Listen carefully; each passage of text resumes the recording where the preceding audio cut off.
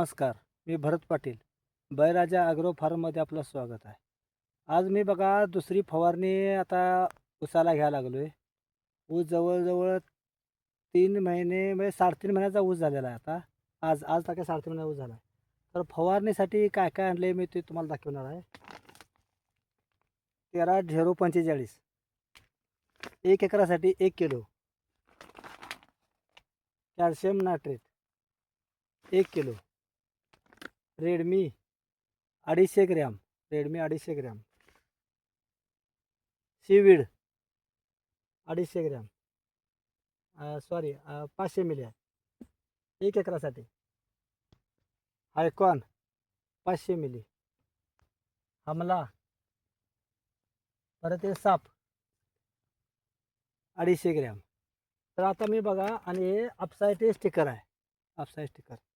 तर मी तुम्हाला आता थोडक्यात म्हणजे फवारणी करताना जी काळजी घ्यायची आहे आणि औषध घेताना आपण पंपावर औषध करतोय. तर साधारण 1 एकराचं जर जमीन तुमची असली आणि हे जर मटेरियल जर असेल तर तुम्ही यातलं निम्मं घेऊन तुम्ही ह्यातलं एका जागाला तुम्ही औषध करू शकता. रेडमी 250 मधले 125 ग्रॅम घेतले आहे. हे मायक्रोन्यूट्रन्स आहे 5 पंपासाठी. यातलं निम्मं घेतलेलं आहे. 1 किलो आहे त्यातलं कॅल्शियम नायट्रेट अर्धा किलो. 13-045 अर्धा kilo. Seaweed 250 ml. Icon 250 ml. आणि हे हमला जो आहे त्यातला मी 25 एका पंपाला 25 मिली प्रमाण 125 मिली हमला ह्यात घातलं. सगळं औषध काय केलं आधी 2 ते 3 लिटर पाणी ओतून त्यात सगळं औषध आधी मिक्स केलं आणि नंतर हे 1 लिटरचा मग आहे ते सगळं एकूण औषध माझं औषधासह 5 मग म्हणजे 5 लिटर औषध झालेलं आहे. म्हणजे तुम्हाला प्रत्येक वेळा औषध कुठलं राहिलं कुठलं टाकलं नाही टाकलं ध्यानात येणार नाही. त्यावेळेला जरा गडबड असते. म्हणून सगळं औषध मी एकत्र केलं आता. आणि बघा पंपात आधी तुम्ही काय करायचं आहे आधी निम्मा पंप पाण्यानं भरायचा आहे. निम्मा पंप मी पाण्यानं भरला आहे आणि पाण्याची बारडी बघा स्वच्छ पाणी नदीचं वापरलेलं आहे मी. इथं आमचा हॉल आहे. यात मी निम्मा पाणी स्वच्छ वापरलेलं आहे. आणि आता हे फवारणी करताना ह्यातलं मी आधी अर्धा पंप पाण्यानं भरला आहे. आता मी ह्यातलं काय करणार 1 लिटर जे आहे ढवळून ही काठी घेतली आहे बघा. काठीन ढवळून त्यातला आता मी 1 लिटर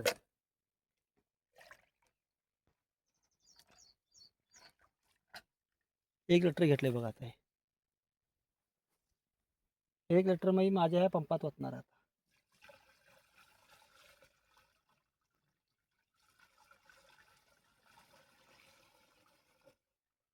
आणि आता पाणी बाकीचं पाणी ओतून स्वच्छ पाणी आहे ते ओतून मी आता फवारला घेणार आहे.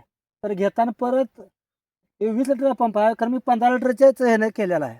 पंप कधी फुल भरायचा नाही. पंप 15 लिटरचा असला तर वर एक 16-17 लिटर पाणी बसते. 20 लिटरचा 18 लिटरचा पंप आहे. तरी पण मी 15 लिटरच्या मापानं सगळं औषध केलेलं आहे. आणि आता तुम्हाला दाखवते दुसरी फवारणी आज काय घेतली आहे मी कीटकनाशक बुरशीनाशक सगळं. तर ही व्हरायटी आहे 13-007. हे ह्याच्यावर हे बघा पांढऱ्या माशीचा कुठेतरी प्रादुर्भाव तुम्हाला दिसतोय. इथं पांढऱ्या माशीचा प्रादुर्भाव कुठं दिसतोय तुम्हाला. तर पांढरी माशी मावा येऊ नये म्हणून. आणि ह्या दिवशी अवकाळी पावसामध्ये पोक्या बोंगचा जरा त्रास होतोय. ही सुरळी अशी सुरळी जरा चोकणे हे अडकणे सुळे अडकले बघा. यस हे जो प्रॉब्लेम आहे ह्याच्यासाठी साप पावडर घेतली आहे. बाकी मायक्रोन्यूट्रन्स सीवीड ही सगळी फवारणी आता ही दुसरी फवारणी आहे. कारण इथंपर्यंत पाऊस चालू झाला तर आपणला फवारणी घडणार नाही म्हणून. आणि आता साहेब बघा 3.5 महिन्याचा खोडवा येऊ. खोडव्याची जाडी संख्या जबरदस्त आलेली आहे.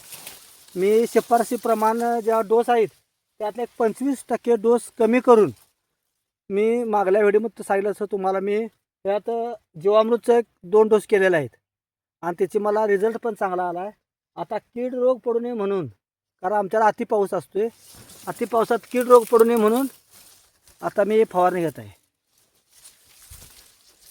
कारण जे रिझल्ट जबरदस्त 7 महिन्याच्या माझा ऊस आता जबरदस्त आहे. मी मागं तुम्हाला सांगतं की 1 एकरामध्ये 50+ असं होईल. तर आता जी ऊसाची वाढ बघता तर 1.25 टनापेक्षा सुद्धा ऊस जादा होऊ शकतो असा माझा अंदाज आहे. कारण ऊसाची त्यामध्ये ग्रोथ चालू आहे. मी पाणी आमचं स्वतःचं असल्यामुळे पाणी आता चावीन देतोय.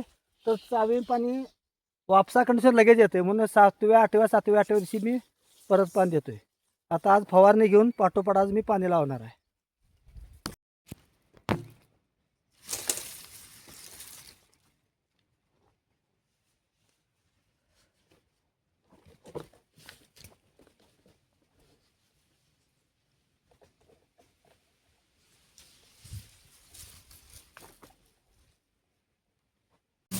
इकडे बघा मी तोंडाला टोपी, आत मास्क आहे, परत मी रुमाल तोंडाला बांधला आहे आणि मागं सरकत एकसारखं मागं सरकत औषध मी फवारणी करतो.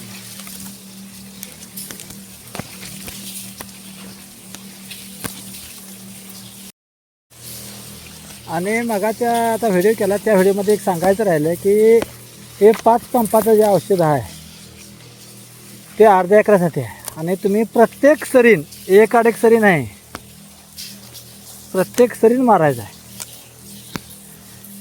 प्रत्येक सरीन मारल्यामुळे तुमचं 5 पंप कवर होणार आहेत. नाही तर तुमचं 2-2.5 पंपातच क्षेत्र होईल. कारण आता ऊस मोठा आलेला आहे. ज्यावेळेला ऊस लहान असेल त्यावेळेला चालते. आता दोन्ही साईडनं पण मी मारतोय आता औषध.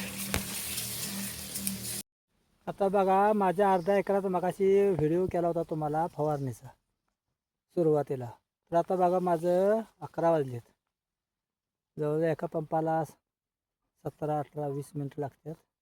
तर ते माझे आता 5 पंप फवारून एका ओप्याला झालं म्हणजे निम्म्या क्षेत्राला. आणि एक 2-3 सरींचं उरलेलं औषध मी परत दुसऱ्या ओप्यात मारलं आहे. तर त्याचं कारण असं आहे, औषध जर तुम्ही फवारत असाल आणि औषध उरले म्हणून डबल डोस करू नका. त्याचं तुम्हाला स्कॉर्चिंग होऊ शकते. माझं बागाशी नजर चुकीने एक सरीला मी डबल औषध मारलं आहे. उद्या 2 दिवसात त्याचा काय रिझल्ट येतो बघतो आणि मी तुम्हाला कमेंट करेन किंवा सांगेन तुम्हाला काय म्हणजे प्रॉब्लेम येतो का काय होते. तर आता सकाळचं काम झालेलं आहे. आता 4 वाजता येऊन परत आता हे मटेरियल शिल्लक आहे बघा.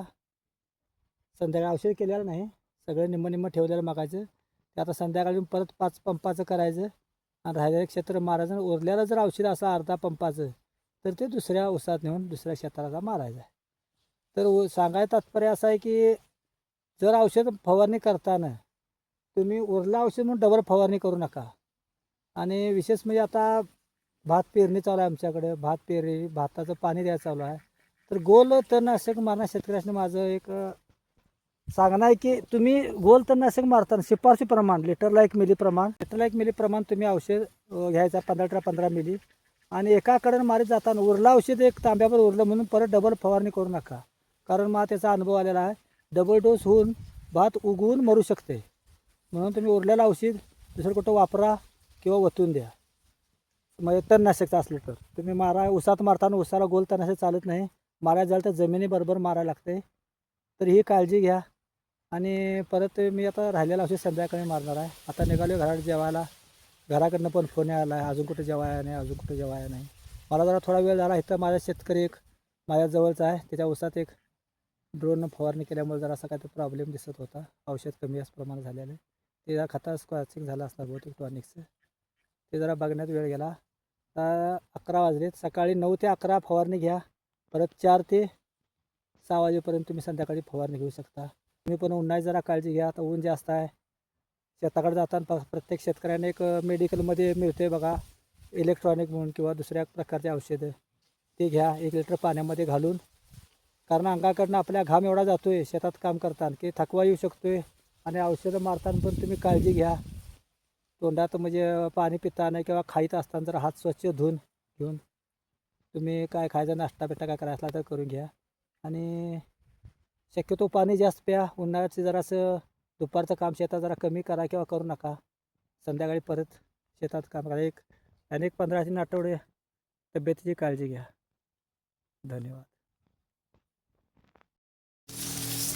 आता दुपारच्या फेरातलं राहिलेलं अर्धा एक रान मारत आहे. बघा क्लिअर कसं पानं भिजते चिपचिपीत, कुठेही राहत नाही. सगळा ऊस क्लिअर भिजतेला दिसतोय मला. व्हिडिओमध्ये दिसतंय का नाही माहिती नाही. आणि अपसाईटी वापरल्यामुळं पूर्ण पान असं चिपचिपीत दिसते. कारण पडलेलं थेंब जे आहे ते पानं पसरायचं काम अपसाईटी करते चांगलं. लिटरला 5 मिली प्रमाण वापरले. ऊस पूर्ण भिजलेला दिसतो मला आता. त्याच नवनवीन प्रात्यक्षिक व्हिडिओसाठी सबस्क्राईब आणि लाईक करायला विसरू नका.